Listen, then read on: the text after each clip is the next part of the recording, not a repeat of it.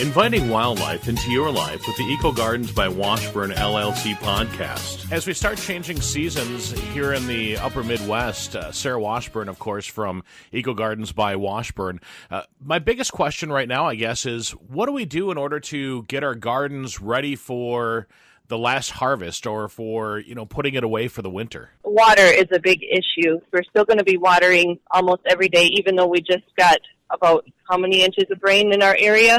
I know it sounds crazy to keep watering your plants, but they need that healthy drink, especially evergreen. All your woody shrubs that you've just planted, although this is a really good time to plant. As far as getting ready for the changing season, some people like to cut down their native grasses, or they like to prune things to the ground right now, which is okay. But in my mind, I like to leave them up until spring, just because our beneficials live in there. And when I say beneficials, I mean beneficial insects. And it also gives our other beneficial, like pollinators, even a mouse can be a pollinator, believe it or not.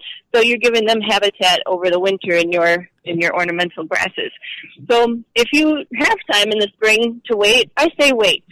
But otherwise, giving your plants a good mulching, perhaps with some leaves that you've collected or some straw, or even some grass clippings, weed-free, of course. And then you can remove that mulch when springtime comes. So what you're doing is essentially you're mulching your root zone to protect them. So do we want to add the grass then to our garden after we pull all the... So in my example, I've got my garden that I've got planted. I've got tomatoes and peppers and squash and... Mm-hmm. I think that's all I have. Oh, and cucumbers this year. So do I want to pull those plants up and then kill off everything that's...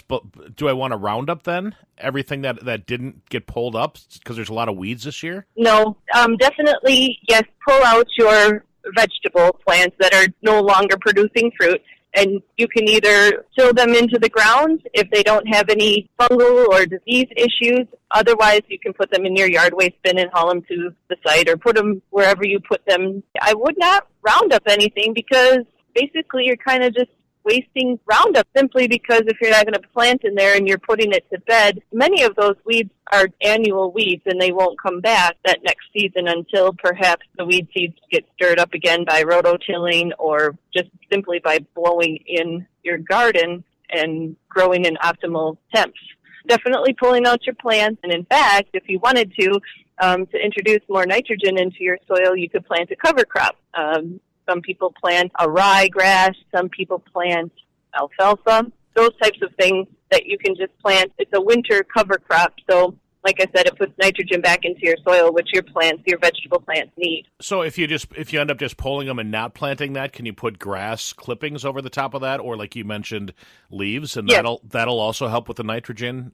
Put it back into your soil? Absolutely. Cover your whole garden with dead leaves. Stay away from diseased leaves, or, for example, maple trees have a disease called tar spot, and although that is cosmetic to the tree, meaning that it doesn't hurt the tree, it's just something that happens, and the only way you can really get rid of it is by removing the leaves from the site. If you use those leaves in your garden, you are actually spreading the tar spot. Now, do you just want to sprinkle that on top, or do you want to mulch that in? I would just let it lay on top. If you want to rototill it in right now, you could. Otherwise, I'd just wait till spring and let it kind of naturally decompose on its own. But also, when you are using the rototiller, you are disturbing the soil underneath your feet. And there's a lot of good microbes and microorganisms down there that are doing their job. And when you disturb them, some people call it organic farming or organic gardening. If you're using a rototiller instead of like a broad fork, you disturb the soil so much more.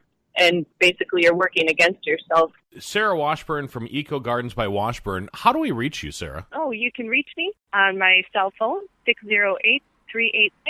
608-386-3117.